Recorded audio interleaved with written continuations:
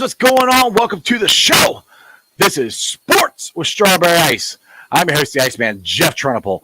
And as always, I'm bringing you sports from a West Side point of view right here in the great city of Cincinnati, Ohio, home of the back-to-back AFC North champion Cincinnati Bengals. Now, do me a favor. If you found the show, hit that like and subscribe button. Smash that thumbs up. You guys are awesome. I asked for it. I was like, I was up to 2,115 subscribers. Then I went down to 2011. And I asked, and you guys came through and got me back up to 2,115 subscribers. So I appreciate every single one of you guys. Now, if you haven't subscribed yet and you're watching on Facebook or Twitter, what are you waiting on? Please do so. Please go to the YouTube channel, Sports with Strawberry Ice. Hit the subscription button, hit the bell for notification, and every time I go live, you'll be notified. Also, exclusively in the YouTube chat crew, we're doing super chats. So if you guys got some really interesting draft questions or any questions about where they're rating guys in draft, free agency, whatever Bengals questions you got, we got Santori and we got Bengal Sands on here, and we're going to put them in corners, and they're going to come out, and they're come out fighting. And I need your help to do that, but give me a super chat. No, I'm just kidding. They're all friends. We're going to have some good times there. So anyway, just give me a super chat. I'd greatly appreciate it. And as always, I'm coming to you live from the Ice Cave. And the Ice Cave is brought to you by T Properties. T Properties, quality housing for quality people. Check out the website at www. It's still not fixed. Mike's. I checked it. T Properties LLC. Oh my God, that pisses me off. Check out Jackpot Joey stuff. I gotta fix this. I thought I fixed it. JackpotJoey9.com. Make sure you go there. I have to talk all monotone to get if my freaking mic is messing up again, as you guys are saying. JackpotJoey9.com. Get the hoodie, hat, flag, all that stuff. Make sure you check it out. Also, sports gambling is legal here in the great state of Ohio, so make sure you guys get on there and check it out. Anyway, let's get to this thing, and maybe I can actually find out what my mic sounds like when I bring on. First of all, let's bring on Santori. I'm at Sam's. What's up, Sans? You brought him on too. Hey, how does my mic sound? That's got me all discombobulated because yesterday my mic was all screwed up. Does it sound okay to you? It mostly sounds okay. There's periods where it just kind of gets staticky. Yeah. Dude, I don't know what the heck. All right, I'll get the Centauri. All right, I'm back. What's up, buddy? Have you been reading the text messages I'm sending you? No. Listen, I went to school for radio broadcast. I'll tell you exactly what's wrong with your mic. Dude, if I had the controls, I could do it. I have no controls here. There is no freaking board. You tried unplugging it and plugging it back in? That's the real You're trick. just too loud for how close the mic is. Just move No, I literally am not. I talk now like that on the mic like that all the time. I know you are, but now it 2 sounds years. fine. I know. I have to pull it back now. I don't know freaking why. Because I've talked with the mic up like that for the last 2 years since I've had that mic. And it's never been a problem until yesterday and today. Now. So, anyway. Let's see here. I got pork chops, so I got figured out too. All right. So let's get to this thing. All right. So where are you guys at on the draft here? Let's start with Sans here. What is the biggest need for the Bengals? Are you going tackle? Are you going tight end? Are you going DB? Where are you going in this draft with the Bengals? Yeah, free agency is going to determine a lot of that, right? Because right now they don't have a second safety, but we all kind of assume they're going to fill that in free agency. But what if they don't? I don't know. Maybe then that becomes a need. I don't think linebacker's that big of a need just because they have a guy to fill in for Pratt and Akeem Davis-Gaither. So right tackle, because you have no idea if Collins is even be ready to start the season. Left tackle for next year because they're probably going to keep Jonah either way. He costs $13 million, and it costs $13 million to cut him. You don't save $13 million; it costs you $13 million to cut him. Right. So he's still going to be on the team next year. But yeah, right tackle, tight end, because they don't have Mitchell Wilcox. I think is the only tight end on the roster. So tight end, right tackle, safety until that's filled. Even though I think we all think that's going to happen, and then the debate of. I think we all think that they kind of need a running back for the future. Where are you at, Santori? Ditto. Nice. That's it. Ditto. That's it. This is the podcast. You're supposed to talk. No, he's 100% right. It's really hard to even look at the draft until you know exactly what the roster looks like before going into it. And it also kind of depends on what your team building philosophy is. A lot of people don't believe in filling needs with the draft. And I wholeheartedly agree with that. But I also understand that unless you have done an excellent job for 4 and 5 years in a row, that it's nearly impossible to get to the draft without a need. So there's a little bit of a balance there. I think that I don't see them spending big money at right tackle. Probably neither. If they do anything, I think it's going to be more of a stopgap 1 to 2 year player. I also don't necessarily see them going tackle at 28 unless someone that we anticipate being in the top 15 falls.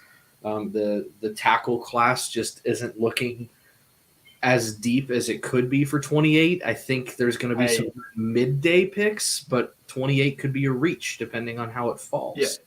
I do have I don't know, I want to cut you off. I do have an interesting one for you. I think that I don't even know if he's going to be there because I think 3 years of starting in the SEC.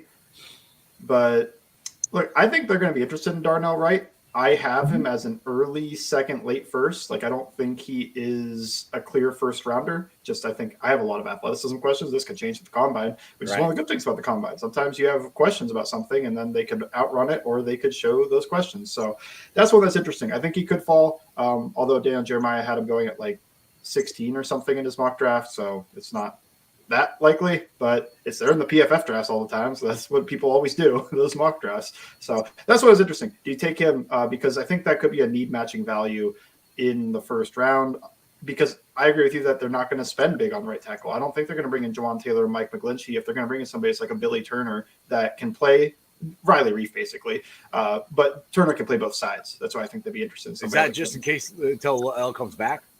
It could be, or I mean, that's the my draft concern. falls that way.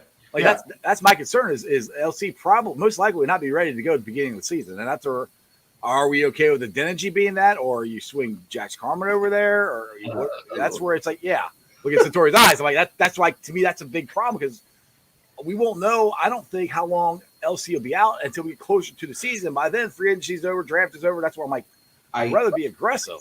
I don't see a scenario where the Bengals are okay going into week 1 with their current right tackle situation. I can't imagine that they'd be okay moving forward with Carmen right now. I can't imagine they'd be okay moving with Adeniji right now.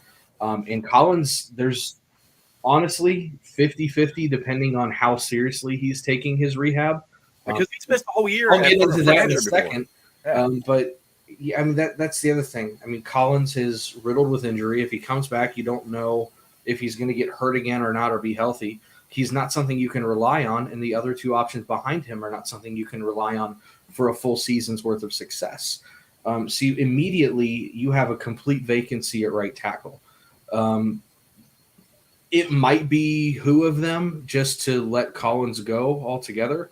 There is a dead cap hit, I think, of about 3.3 with him. Somebody told me that yesterday. I don't know who that was. It's okay, especially if you save about 6 or whatever it's going to be, but that 6 is going to get reallocated back into another stopgap. So if you keep Collins, you're probably going to pay him $9 million to not play half the year. And if he does, how good is he going to be? So this is what I was told yesterday by somebody. So I'm not going to name who, but Collins is owed 9.3. Dead money is 3.3. Cutting him saves $6 million. It sounds about right. Yeah, it sounds about right. That's what you told me yesterday. So I know what you were reading my text messages that you wrote down. Exactly. Printed out, actually. He printed them out at Walmart. Yeah, duh. All right, so that's to me. That's the thing, is that's where I'm more like I would rather them just go out and sign somebody, get that right tackle solidified, and then if however the first round goes, then if the right tackle's there, great, draft them, because we're going to need if Michael Mayer's there, draft them. One of the other tight end from Georgia's there, maybe draft that guy. That's kind of where I'm at. It doesn't make it such a need, where we have to get that. I think we're all kind of on the same page, and I think I can simplify it here. Yeah. They're going to have to find somebody that's affordable for a stopgap. And if one of the guys that I would not consider a reach at 28 falls to you, then great. If not, then you have your stopgap for the next go around. But I don't see them having a perennial all-pro starting right tackle before the draft. Yeah, I There's don't none think that is available. either. Yeah, The perennial All-Pro was Yeah, available last year, and I got yelled at about wanting him because he misses 3 games a year. Dang it, Sands! What's wrong with you? So, all They right, said so sign Teron Armstead. He's $15 million. And people Dude, are like, he hey, misses I was 2 with you. games a year. I wanted him to sign Armstead. I was with you on that. Now, Ken put in the chat here about drafting 2 tackles. Do you think they would draft 2 of them? I mean, because they always double down on something. I don't personally see it, but that doesn't mean anything. So I guess I'll say no in that I don't think they draft like first and second round back-to-back tackles. That's just terrible use of resources. Go sign somebody at that point. Right. But they could, but it would be like a first or second round high pick and then just like some day 3 type pick. Like I guess technically Carmen and Deontay Smith were 2 tackles that they drafted, even though they wanted Carmen at guard. Right. Now this is one thing go ahead. When the Bengals tend to double down, they typically don't double down on anyone they've drafted in the first round. Kind of like Gregory's saying in the chat right there. A lot of times it's a second and a fourth, or second and fifth, third and fifth, something like that. But if they go out and sign a free agent at right tackle, I don't necessarily see them doubling down at all. I could see them doubling down at running back or tight end, where right now the entire room is vacated. But you have a starting left tackle right now. You do have depth at right tackle at the moment, if you want to consider that depth. But the times that they really, really, really double down are when their rooms are just about vacated, or they know that nothing's there for the future. Like tight end, running back. I think they get a stopgap tight end too. Like whether that's Hayden Hurst or somebody else. I mean, the kid from Georgia could be there in the second round, couldn't he? I can't remember his name right now. Could he fall that far? Darnell Washington. I think he's Goodberry was talking about him on the show last night. He's a hell of a blocker. Yeah, he's a hell of a blocker, and he's 6'8" and 280 pounds. He's probably going to run like a 4.7. I also don't. He's going to go first round blocker. But can he catch? I mean, he's a clapper. That's how I. I mean, that's his the one hands far apart. He kind of claps at the ball. Yeah, I mean that's one that I think it could be there. It'd be a project, but I mean, dude, that'd be a hell of a project they had. But that's why you get like a Hayden Hurst, right? Because this is what I tweeted out. Darnell comes in to just kick some butt in 12 personnel and then leave the field after. Yeah, honestly, this is what I tweeted out earlier. This is what scenario I would love for it to happen. Now, it's just scenarios we're talking here. The Bengals go out and sign a right tackle, stopgap, whatever you want to call it. Either keep Lell, I don't care. Keep him cutting, whatever. But you get that somebody to be the number one, or the starting right tackle until L gets back, or that guy it's his job. And then sign Hayden Hurst, and hopefully Michael Mayer is there at 28.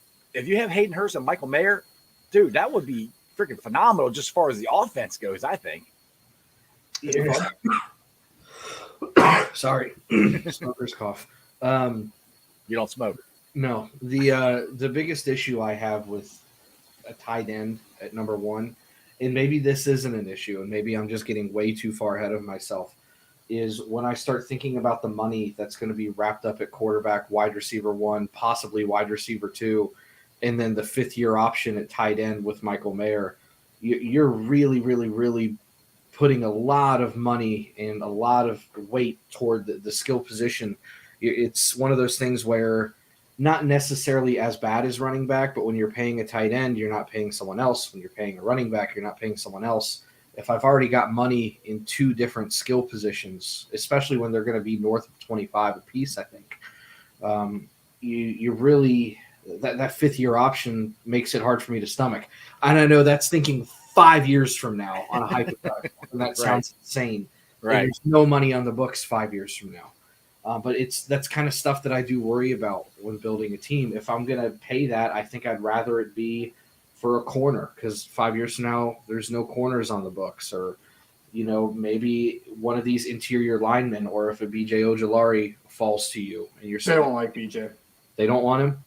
I can tell you they never like the speedy bend edge rushers. That's what he is. I like him too. I gave him a 1st-round grade. But I just went, this is a guy that draft people, Twitter, and Bengals fans are all going to love, and they're never going to look at him because they're interested in the brick houses that can stop the run, contain the edge, and then push the pocket. You're not wrong. But point being, I would have a problem taking a skill position at 28 just because of the money that's already potentially going to be wrapped up. And I know that that's assuming that T signs, which is probably a 50-50 chance. I got a question to ask you about T too. But keep going. We'll get that later.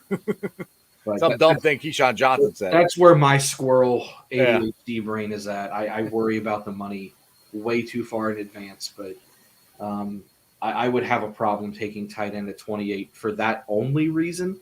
But with no money on the books 5 years from now, if that's my only reason, I'd probably be willing to roll the dice.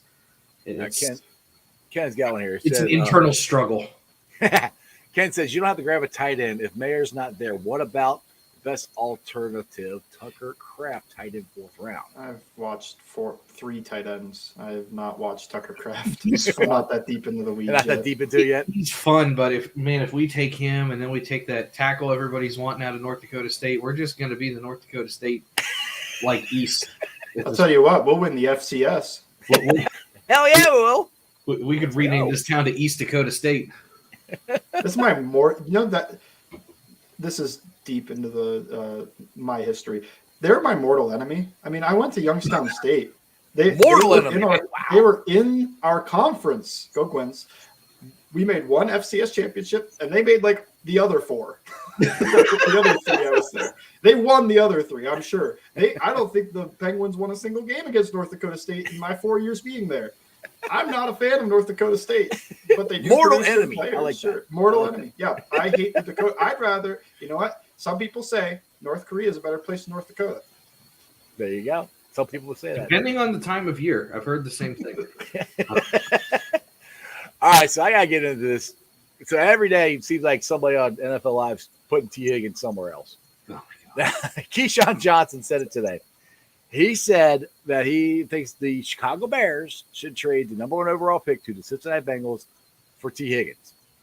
First question. That sounds good on their end, but it does? Well, I think it sounds terrible on both ends. Why the hell would the Bears trade the number 1 overall pick for Keyshawn Johnson? They have a lot more to fix. The number 1 overall. Number 1 overall. No, that's what I'm saying. Number 1 for T. Do it, so there's no point in really talking. That pick's way too valuable to trade. And for me, if the Bengals do it, then it goes to where I'm with you. I start worrying about the money. Say we draft one of these big defensive guys. I can't think of any names. I know there's some top 5 edge rushers or linemen or whatever that we could draft there. That'd be worth the number 1 pick. But then you're allotting all that money for a number 1 overall pick. That money takes away from T. That money takes away from Joe. So why would you do that? It makes no sense on any end of it to me. Correct me if I'm wrong, Mike, but this is just my philosophy on when you would trade what I would consider crown jewel pieces, and I think T is one of them. You need to be strapped for cash. You need to know that you're not going to be able to re-sign them. You need to be in a situation where you do not have a Super Bowl window or any kind of contention window in your foreseeable future. You need to be in a situation where that player is not happy being here. A situation where it just does not make sense to retain him, or you could better use resources allocated other places. None of those situations apply to T in the Bengals at this moment. So it would not make sense. Unless they know that the contract is just so far gone that they won't get there. And I still probably would be a proponent of trading him this year. I think you just tag him next year and then maybe trade him on the tag. Maybe that lowers his value. I don't know. But to me, why wouldn't you just try to keep the dude? Right. Because you got the Super Bowl window right now. Now for the number 1 overall pick, I'd probably think about it. But it's not going to happen, so there's no point really talking about it. It's just so stupid to say that stuff. I'm just like, I don't know. It's hypothetical crap that drives me nuts. I mean, but the thing is like, T. We keep having all these people say we got to trade T. We got to trade T.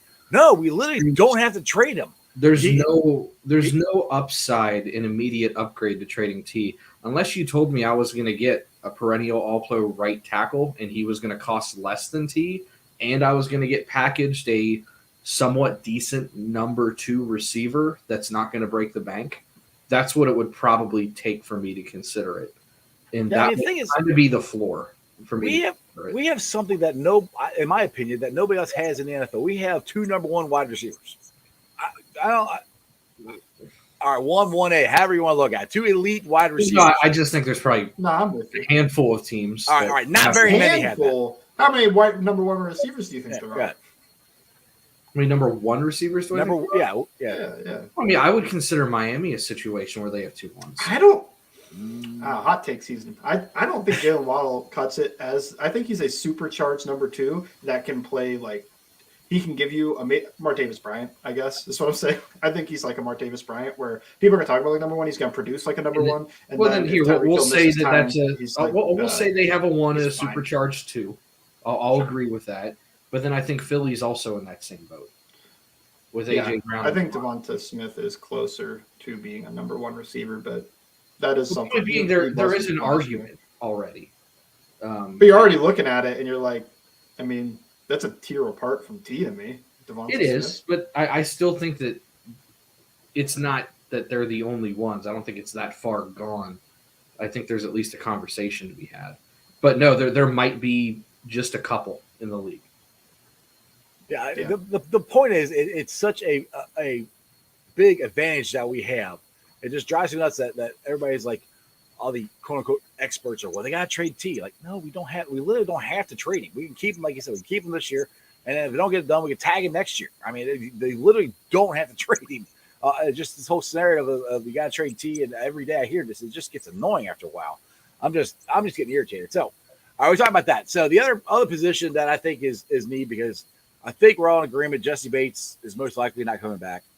Yes. Hopefully Bell is, but I still think we need to draft kind of heavy or free agency in the DB room, safeties, corners. Where are you guys on the DB room because of the people that are or could be leaving? Do you want to take this first, Mike? If Bell's back, I'm not really worried about safety. I guess depending on the deal. If it's like a 1 year, let's run it back deal, then maybe I'm drafting a safety. Or at least I'm not drafting a safety high. I'd like to see what Tyson Anderson could do, I guess, but he's just never was healthy.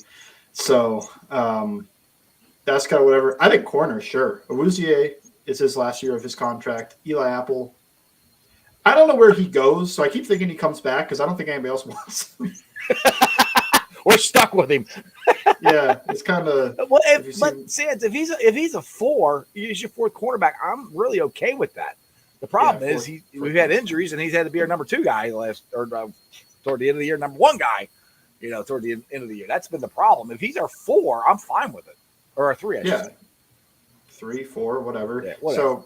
So Awuzie's, unless they re-sign him, they have a need on the outside, because I don't think Eli will be like the cornerback of the future over there. You've got Cam Taylor-Britt, that's solid. You've got Mike Hilton for another 2 years, sure. But Awuzie is the one that's interesting. I don't know if they would explore a franchise tag there. Corners, the athleticism hits, and eventually it falls off. He's going to be 30 years old, so that's going to be tough. He's going to get a 3rd contract that's tough to pay. So that's where you get the corner idea from, because they've only got Cam Taylor-Britt as a piece for the future. Other than that, not really anything. So I think it's more likely to add to the corner room than the safety room, unless they don't find a single safety in free agency. I really think they fill that room, even if it's not Bell. If it's like a Juan Thornhill or Terrell Edmonds, they're probably going to find somebody there to play safety. Well, that brings you to another question. How heavy do you think they're going to go in free agency? I mean, I think they're going to go heavier than people think they are, but it's not going to be first day guys. It's going to be more like 2nd, 3rd, lower tier guys. How heavy do you think they will go free? Go ahead, Tori. I think they're going to have a couple moves that I wouldn't say are super big or splashy, because they do have to watch whatever their signing bonuses and guarantees are right now. I think the pieces that you're going to see are going to be complements. I think you're going to get an interior lineman that's a complement to BJ Hill that helps that interior pass rush. I wouldn't say he's going to be a starter. Rotational piece. We run a lot of 50-man fronts. I can't imagine they're going to start running 6- and 7-man fronts. They're going to be. They did against Tennessee. They did. Yeah, I called it the meat package, because it was DJ Reader was next to Tyler Shelvin in both the A gaps, and I was like, man, that's a lot of meat. That's a lot of ass right there. That's 750 pounds of ass in your A gaps. But I think they're going to be some complementary pieces. I am with Mike. I think if they bring I do think Von Bell's going to come back. I just think that that's too important of a piece for Lou. I mean, they've gotten so much out of him. He's been so versatile. Right. I mean, when we first got him, we're like, okay, yeah, Jesse Bates is going to play that center field. Bell's going to play down in the box. And he's done both. I've seen Bell single high. We've seen him two high. We've seen the 3 and 4 safety sets out there. Bell offers a lot. And I don't really think he's going to break the bank for anyone. I think he comes back, even if it's a 1 year, 2 year deal, whatever it is. When it comes to Bates, I would assume he's gone. There is something to be said about this draft class and the free agency market with safeties that might lower his value a tick, but I don't think it's going to be anything that really contemplates the Bengals bringing him back, because his issue was guaranteed money more than average annual value. So it wouldn't surprise me if they go out and get one of the guys, like Mike said. The name that kind of interests me is Adrian Amos, who just had his contract voided with Green Bay. I've always been a fan of his, even when he was in Chicago. And I don't think he's going to break the bank. I mean, you could get both of those guys, Amos and Bell, or whoever in Bell, probably for what you would have to pay Jesse Bates on an average annual value. And I know Lou likes running three safety sets for rotations, and that really lets Dax Hill. How much did he do that last year? Did he do that a lot last year? I don't think I remember. Depending when guys were healthy and when Dax Hill actually got on the field. Right, yeah. He did a lot more the year before. They've kind of gotten a tiny bit away from it because they prefer to get their dime package to have Trey Flowers on the field rather than the third safety. Mm-hmm. Okay. Just a little bit they've gotten away from. They still do it, but with Trey Flowers also being a free agent, and then they tried with Dax Hill to cover what Trey Flowers was kind of doing. They didn't have much of a choice after Trey got hurt. Right, but it offers some flexibility to have another safety. Is kind of where I'm going. And I'm not sure how ready Dax is yet. I mean, another offseason, same coordinator, same system, you never know. Guys make huge jumps between years 1 and 2. Oh, absolutely. He's a first-round pick. His athleticism off he's the starter. Yeah, at the moment he'd be if he's not starting there's a problem. Year 2, then there's a big problem there. I just think that it wouldn't surprise me if they signed a veteran, but they don't necessarily need to if they get Von Bell back.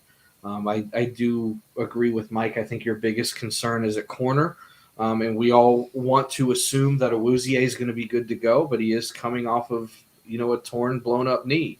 And like Mike said, when the athleticism takes a hit, which very well could be now because of that knee, you never know how much time's left. He could come out and look terrible next year, and you're going, oh shit, and it's the Eli Apple show again. Well, that's the thing that scares me about Cheeto and Lael. I mean, both of them. I mean, they're ACLs. It takes a while to come back. Lael already lost a step too last year. Right. That's also he lost a step. Maybe the back heals, and now he lost another. Does step, it? though, Did it ever actually heal though? I mean, no, it didn't heal this year. That's what I'm saying. It's maybe another off season of rest. It can heal. I have no idea about back. I'm not a doctor, but I can just tell you he didn't look right. I've watched him in Dallas, and he didn't look the same.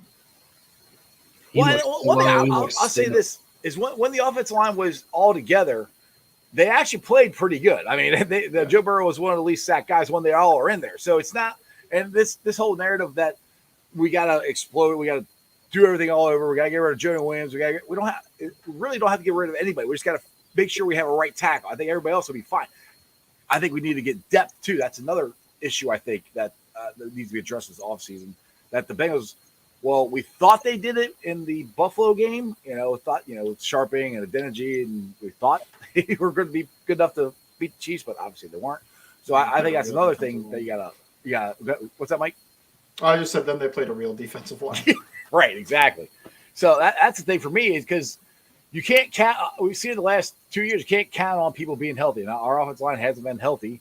The last 2 years, always somebody's hurt. It seems like it's always the freaking right tackle. We can't get the right tackle to make it to the end of the season. So you got to have somebody there that can freaking, not plug and play, but at least be decent. And I don't know if Adeniji's the guy. I don't know if Carmen's the guy.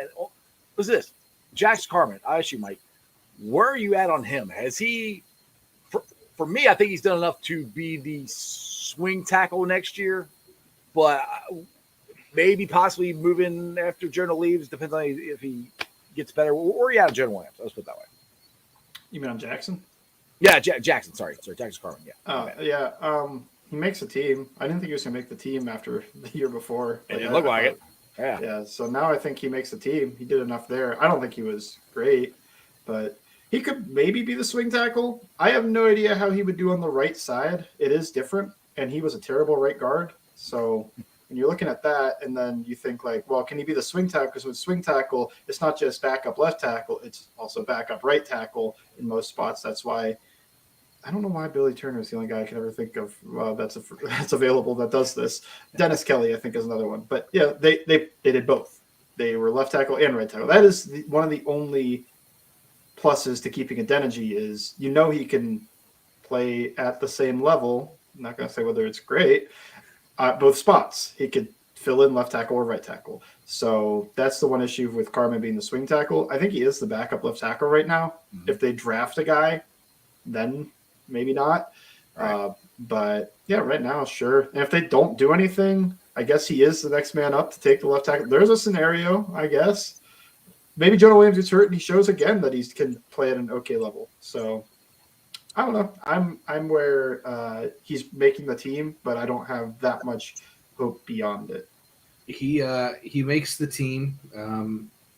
He played at a well enough level last year to where you could say, okay, he looked somewhat competent as a backup at times. He had some decent reps. He still had some really bad ones kind of sprinkled in there. But at the end of the day, he's earned the right to compete for that swing tackle spot. At the moment, he's the guy just because there's nobody else. Right.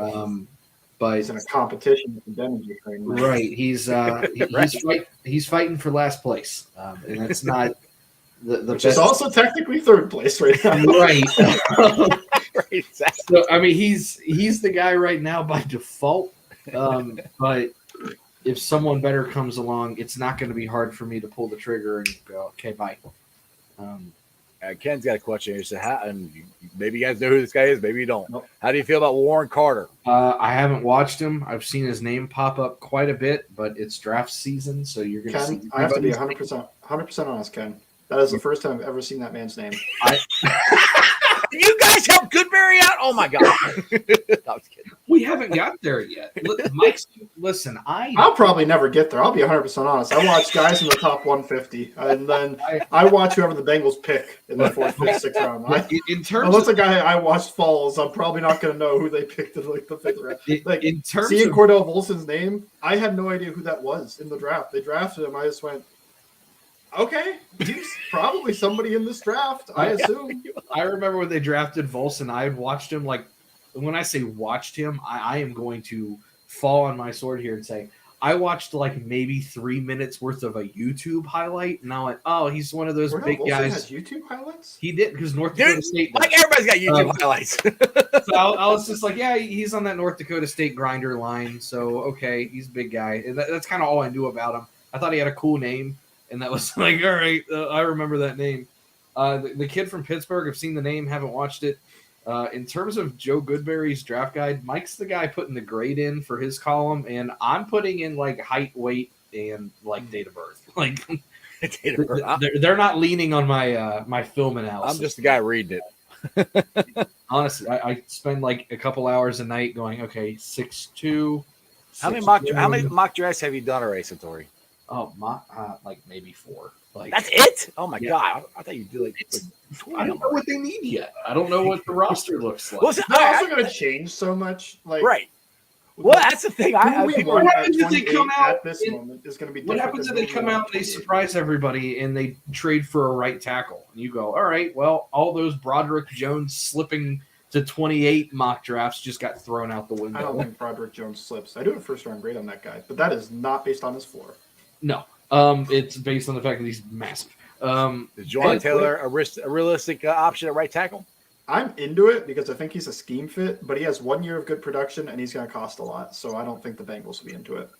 So I got a couple here. What about Cam Fleming? That's the one I kind of circled. He kind of gets thrown around like every couple of years. All I remember with Cam Fleming is he wasn't good. but I haven't watched him in years. Every time I hear his name, I kind of go, like if I get to. Can we have a if I get to May and I don't have one? If I one think a guy's worse than Billy Turner, then I'm probably not interested. I think Cam Fleming's worse than Billy Turner. He's one of those guys that's like, yeah, if it's June and I really, really, really got to have someone or someone gets hurt in training camp. Well, I hope we're not there. I hope we got to speak. How funny would it be if that was like the first signing of the year, though? It's like the Bengals signed Cam Fleming at noon, like they were tampering, like they were tampering. Caught it. All right, who else you got? Rest. I mean, Tristan Wirfs. We're not getting him. That's the T. Higgins of the Bucks. We're not getting him. They have to be sick of people saying more trade. Yeah, we're not. I already know we're not. I mean, that's the only I really. I mean, it's funny that I think Bengals fans get so upset about these trades for T. Higgins, and then they also come up with trades for Tristan Wirfs, and the Bucks fans are probably doing the opposite. Like, can you stop trading for Tristan Wirfs? We're not trading Tristan Wirfs. Exactly. But I'm interested in trading for T. Higgins. So, all right, what about Mike McGlinchey? What is he? Is he too much? Is he too high? He's too much for what he is. He's even if they cut worse Mixon pass and protector than Jonah Williams his whole career. And even last year when Jonah didn't play well, he was a worse pass protector. So who the hell would they sign then? The one guy that I kind of like, Joe tossed out there, but again, it's really 1 year of starting. Jermaine Illuminor. I've never heard of this guy really. Illuminator, that guy. The Illuminator, yeah. However the hell you say his name. Illuminator. Any metric you look up on Pro Football Focus is pretty solid on him. Pressure rates, quarterback hits, sacks, whatever you want to use. Even if you like the grades for pass protecting, which there's, whatever your opinion is on there. What about sacks allowed? It's the most important stat. Sacks allowed was low. The issue is he's only got 1 year of starting. So it's kind of like. Yeah, I don't know much about him. I have a friend that watches a lot of offensive line, and he says he's a swing tackle level. He's a swing tackle. He's played both spots. He's played some guard, which could be valuable. His market value is only like $4 or $5 million, and that's because he's only started 1 year in his career. But there has been times where he's had extended playing time, where he's had maybe 400 or 500 snaps as opposed to 1,000. Caleb McGarrett. There you go. I'm glad you said it. And, I wouldn't mind it. I mean, that's your perfect stopgap scenario. And if you move on from Collins and you sign that guy, you kind of break even on the cap and the cash. So it really doesn't affect your spending or your money, and I think you vastly upgrade. And guess what? If he performs well and it's great and you want to roll the dice and give him another 2-year, 3-year deal after that, you can. You think the Illuminator is a vast upgrade over Collins? He's healthy. I can't stand guys. Healthy. That's vast. He's got 2 knees. He breathes and he can walk. That's a vast upgrade. I mean, it might be an upgrade. It's tough though with guys I don't know much about. I've never watched him. I think that Andrew Wiley just won the Super Bowl. I think he's an interesting right tackle that you could look at. And I think Isaiah Wynn from the Patriots also. I consider it vast upgrade, not necessarily based on skill or talent. I consider it vast upgrade based on health and reliability in terms of consistency. He's probably an average right tackle. Sure. I'll take it. But Collins hasn't been. And I think everybody in Bengal land right now would take an average right tackle. Well, that'd be nice. Until they give up 10 sacks. Right. They're on and then run them out again. Yeah. And then they need to get a CDL. All right. So, Tori, we were talking about this in the chat earlier today. Taylor, I can't say it. Lewan. Thank you. Lewan got released today. You say he's probably going to retire, right? I heard rumblings that he's wanting to retire. Isn't he on like 3 podcasts? He's running out of time. He does a lot of podcasts. He's got more podcasts than he does healthy ACLs. We'll put it that way. He got more podcasts than he had starts last year. Right. He's getting older. He has a long history of missing a lot of games every year. There's no doubt that when he's healthy, he's damn good, but he also plays left tackle. The Bengals are not going to do anything at left tackle this year. No. I would be shocked if they did. And if they did, it would be involving they got somebody to fall to them or someone wants to play for free and they traded Jonah in the process, and none of that's going to happen. Yeah, what I think the only way they get a tackle other than the left tackle, other than the draft, is like Tyron Smith's cut and he just wants to ring chase or something. Right. That's what I'm like. You're going to have someone come to you for free and be like, hey, I want to do it. And they're like, all right, how do we move Jonah? All right. So you heard it here first. This is what's going to happen. Mike Sand just said it. They're going to cut him, and we're going to sign him, and we're going to win the Super Bowl. Just said it. I'm clipping that up, blasting it out everywhere, Sands. Tyron Smith joins the Bengals. Who's going to prove me wrong? You know, it won't happen. But you guys will have forgotten. Going to prove you wrong. Not if I clip it and keep putting it Tyron out. Smith will get the clip and he just say like, "I hate the Bengals. I'll never go there." It's like, well, no, if you have anybody in your mind right now and they are traditionally a left tackle, go ahead and just check that person off the list. They're not. It's not going to happen this year. They're too much invested in Jonah. Where are we at on Hayden Hurst? What's his money? I've heard 3. I've heard 9. Where do you think he's at? I mean, 9's high end. I know that, but I don't think that's. I think 9's astronomically high. I could see anywhere 5 to 7. Yeah, I mean, do you think? I think he's coming. To bring him back. I'm just firing from the hip. 321. I think he's coming. I think there's a very good chance he's coming back and wants to come back. I think he wants to be here, for sure. I think he really, really likes Cincinnati. I think it's one of the teams that have actually given him a fair shake at being a number 1, which very well could change next year depending on how things fall. Right. But I think if he wants to be here for around 6, I don't think the Bengals would have an issue with it.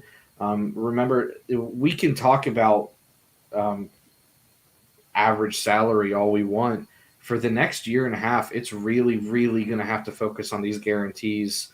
And until we know really what's going on with Joe and T, it's going to muddy the waters for a lot of the free agent talks, unfortunately. Well, the nice thing is I don't think he's going to take a lot of guarantees. No, I don't think he would either.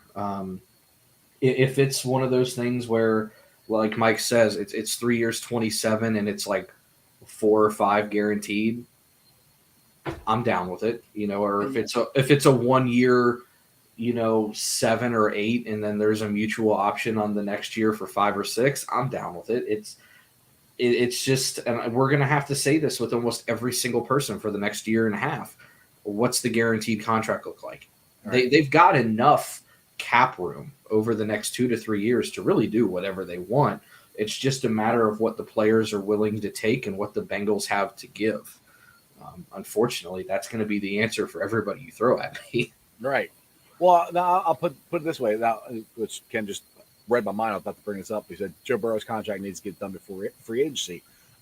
For some reason, I have no sources. I don't think that can happen. Before free agency starts in March. Maybe it can. Why they can sign him anytime they want to extension? Yeah, when does the extension? You're allowed to do that now. That window opened a week or 2 ago. I didn't know there was an actual window for it. I thought if it was extension, you can do it pretty much whatever you wanted. Yeah, I remember seeing a tweet from of all people. Some people know more about this cap stuff than me. What I understand is that you can't sign them whenever you want. No, I think there's like a league year opening, and then that's when you're able to sign them. I think it's in March, so it'll be at the same time as free agency. I think the league year The league year technically starts either free agency or like that tampering period a couple days before. Yeah, sure. So I guess it could happen if they do it during like. Right. I do think the window's open to do 5th-year options and roll those into extensions if you want to. For the franchise tag is right now. Is that? Yes. Yeah, that just happened yesterday. Right now, yeah. So is it when the franchise tag window closes, then you can? It might. It's really. Where's Andre Perotto when we need him? I'm trying to get him on the show. He won't answer me back. He was supposed to come on last year, and then he canceled on me. So he's a lawyer. He seems busy. Yeah, I know he was going out of town. He's a fucking Rolodex when it comes to this shit. I know. That's why I want to get him on. Well, actually, I'll just say hi and let him talk. I like to think. I like to think I can talk somewhat educationally on this stuff. I just have people on who think they can do it. Let them talk. He runs circles around me. This shit. He's really good, but most quarterback extensions, the big ones, a lot of times they hit right before training camp, and a lot of times the big extension. The Bengals have traditionally done that too. A lot of times they're summer extensions, stuff that happens around June, July, August, and depending on what the Bengals have cash put away, whatever they're got going on with their freaking escrow. I mean, it just depends. I mean, they've probably got a pretty damn good feel on what it's going to take, and they're not going to overspend in free agency. Good research, Brian. Yeah, so they've probably got a really good idea of, well, Joe's probably going to get X amount of guarantees. They've probably already had conversations. Fine details probably aren't ironed out or anything. That's not true, Ken. They did it last year. They were the twice. first two out of the gate last year, so that's not true. They had the very first signing in free agency. Two of them. Literally, I think it starts at 4 o'clock. It was 4:02. Yeah. 4:02. They hit Kappa. And then Karras. It was the least exciting first contract of franchise history. Dude, I was excited. I was fired. I was excited. I mean, in the NFL, like you think it's usually like an Indomitian Sue that signs like first day. It's like the Bengals were tampering Alex Kappa. I remember where this is how exciting it was for me. I remember exactly where I was. I was in my car driving I-71 south by Kings Island, and I saw Kappa pop up, and I went, "Woo!" My wife said, "Both hands on the wheel, honey." Get a right guard. I was excited. Yes, Ken. I don't see them doing that this year. No. We're not going to be the first one. I think I said that earlier in this thing. But yeah, I think for me, the reason I think they're going to get Joe done first is because I think they got to get that out of the way to be able to figure out the rest of the stuff. Because there's a lot of guys, and it's not that they don't have the room. They have the room, and they have a lot of money to spend. I just think it makes more sense in my head to get Joe's done, and then you can tackle T or Logan Wilson or anybody else you want to tackle, or free agency or whatever. That's just, to me, that makes sense. McPherson. If it happens, I have no idea. That's just where I'm thinking. I don't know. But one thing I do want to ask, do you think this is finally the offseason that Jackpot Joey finally gets a normal offseason and he can just No. His gallbladder is going to explode. We can't lose his gallbladder. He's not allowed to do that. There's no pandemic. There's no it's need. not going to be a bad thing this time. It's going to be, he's going to be, there's going to be an issue in Ohio. We've already had a few with East Palestine. He'll be on the front lines helping, and that it will stop his ability to have. Joe Burrow is not going to be at training camp because he's going to be testing the waters in East Palestine. Oh God, I hope not. But it'd be nice if he just has a normal one. I mean, so he can actually come and practice and not have to rehab his knee or any of that stuff. And he's actually going to be in Scream 6. So he's. You going to watch that? Are you a Scream guy?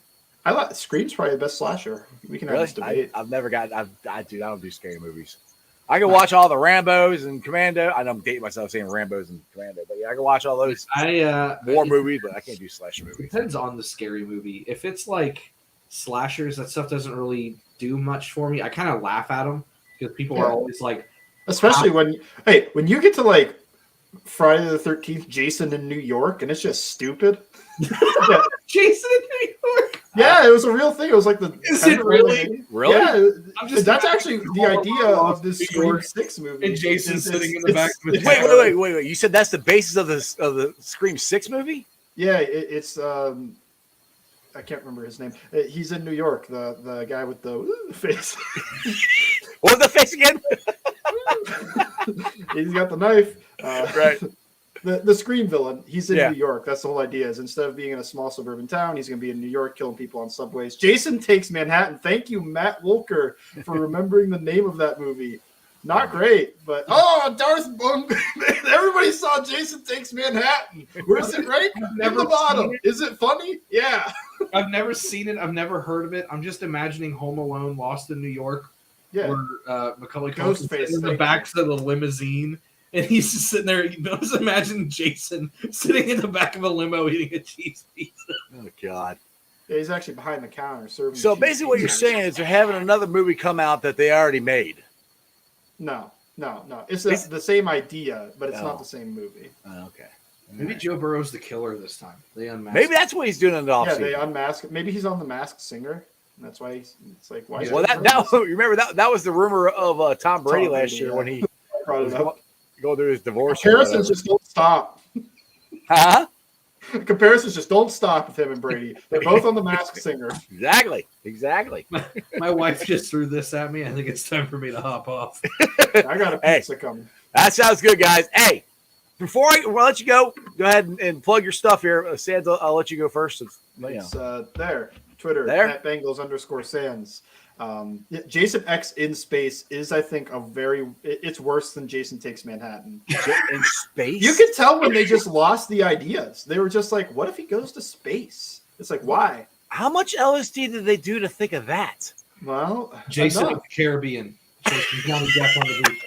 That's the next Friday the 13th, right? They're going to Jason. Oh Aloha. He's come down in a little hula skirt or whatever. Yeah. Jason and Bengals_Sands on Twitter. That's the plug. All right, Sands, I appreciate you, brother. Who day? Go ahead, Centauri. Tell them about Rally. What you got going on? Nothing. It's the off season. Nothing going on. Am I the only one that does it? See, when you said he was on multiple podcasts, I thought for sure you were going to make fun of me because I do one every freaking day. No, we legit are just going to do a show every Monday. We are going to highlight one or two position groups for the next ever until we get to the regular season.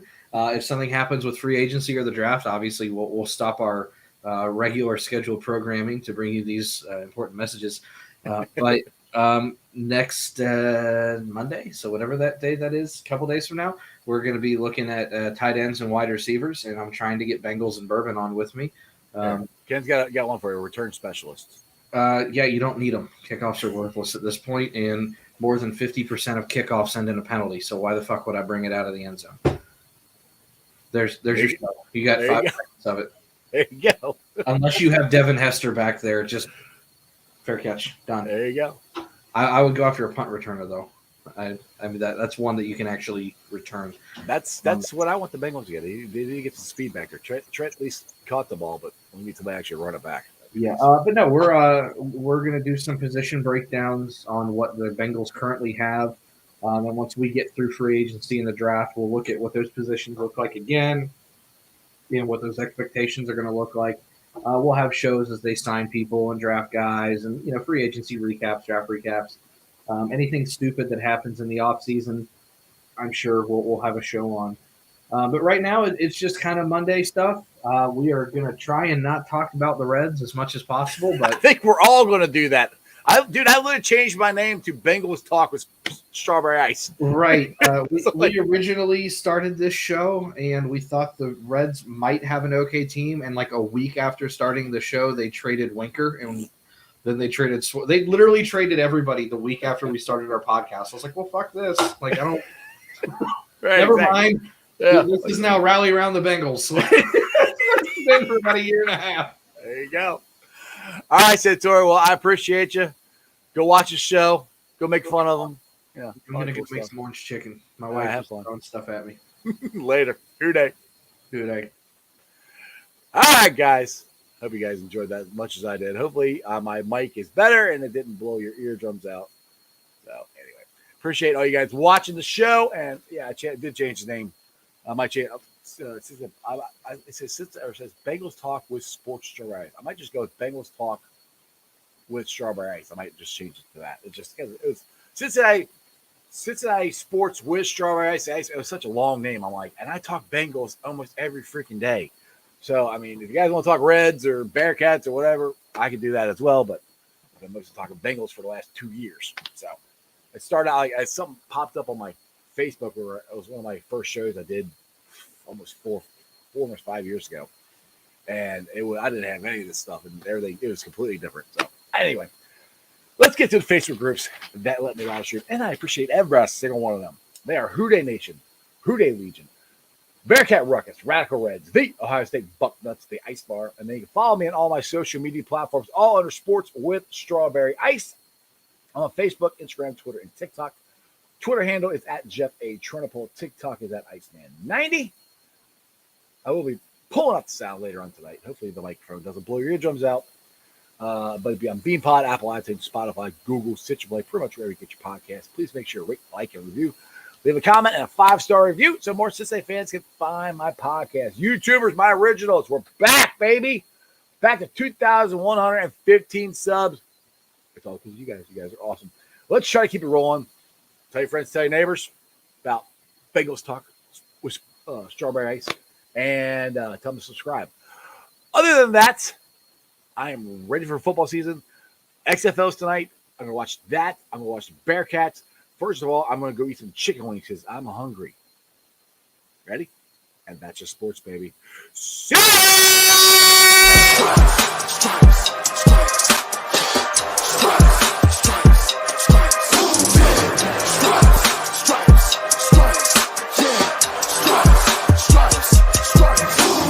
Orange in the day, black in the night. Stripes in our veins, sparks gonna fly. The beast is awake, orange, black and white. Cause when the jungle come alive, who day we ignite and Cincinnati, we gon' rise and in the jungle we unite and dripping orange and black and white. Who day when we fight, live and die in these stripes. Wake up the beast, every game day is a feast. Time to bust it off the leash. In the jungle dripping heat, tigers strike the city streets. East side stand up, west side stand up. If you reppin' who day, time to put your hands up. Bengals stripes, we in it. New day, new age, yeah, we get it. Cincinnati jungle fit it. Who day in our house, we win it. Orange and black and white, we build it. Earn our stripes, you know we kill it. Bleed our colors, jungle dripping. Nasty, natty, yeah, we live it. Lit the crowd, get the city loud. Yeah, we feasting now. Fit the bounce, make the city howl. Now we beastin' now. Thunder through the tunnel, from the sideline to the huddle. Stripes be tatted on the jungle when we flex that who they muscle on them. Stripes, Cincinnati, we gon' rise and in the jungle we unite and dripping orange and black and white. Who day when we fight, live and die in these stripes. Stripes. Now who got 'em, who rockin' on? Stripes. Now who